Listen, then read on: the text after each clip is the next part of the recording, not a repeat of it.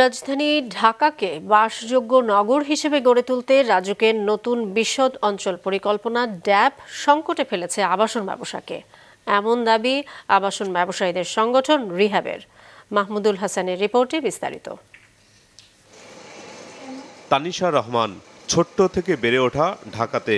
পরিবার বলতে যা বোঝায় এমন সবই আছে, নেই শুধু নিজের ফ্ল্যাট। তো আমরা যারা মিডল ক্লাস ফ্যামিলি, আমাদের পুরো ইনকাম হিসেবে আমাদের অনেক চিন্তা ভাবনা করেই একটা ডিসিশনের মধ্যে আসতে হবে যে আমরা কোন অ্যামাউন্টের মধ্যে আর কি একটা নতুন ফ্ল্যাট কিনতে চাই, যেহেতু ইনফ্লেশন সব কিছুরই দাম বাড়ছে। তানিশার মতোই রাজধানীতে নানা শ্রেণী পেশার মানুষের বসবাস। বেশিরভাগ মানুষই পরিবার নিয়ে নিজেদের ফ্ল্যাটে থাকবেন এমনটা ভাবেন, কিন্তু সাধ্যের মধ্যে না থাকায় ভাবনাটা বিদায় করেন ভেতর থেকে। গ্রাহকদের সঙ্গে আবাসন কোম্পানির সম্পর্কের ব্যবধান বাড়ছে, রড সিমেন্টের দাম বাড়ায়, বলছেন আবাসন ব্যবসায়ীরা। বিভিন্ন জায়গায় দেখতাম ফ্ল্যাট কেনা যায় কিনা, নিজের বাসায় থাকবো একটা স্বপ্ন দেখি। তো সেই হিসেবে দামটা যে হলে ছিল তাতে একটা সাহস পাইতাম যে আমরা হয়তো বাসাটা কিনতে পারবো, একটা ফ্ল্যাট কিনতে পারবো।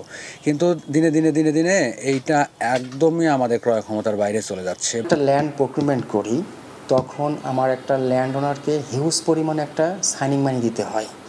এই সাইনিং মানি দেওয়ার কারণে আমাদের যে অ্যাপার্টমেন্টের যে পারচেস প্রাইস, মানে একজন কাস্টমার যে আমাদের কাছ থেকে পারচেস করবে, সেই প্রাইসটা তখন বেড়ে যায়।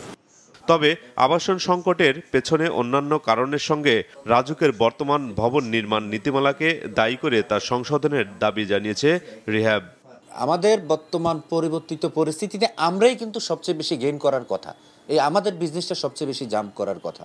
কিন্তু এখানে সরকারের যে পলিসিগত যে বৈষম্যটা বিগত সরকারের ছিল, ওটাকে ওনারা যে আমাদেরকে সংশোধন করে দেওয়ার প্রক্রিয়া, এই প্রক্রিয়াটা দৃঢ় হওয়ার কারণেই কিন্তু আমাদের ব্যবসাটা অনেক বেশি যে ভালো হওয়ার কথা ছিল, সেই অনেক বেশি ভালো আমরা সুফলটা পাচ্ছি না।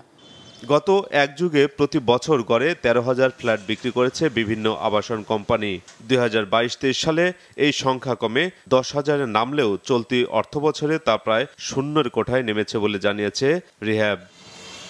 মাহমুদুল হাসান, মাছরাঙা সংবাদ, ঢাকা।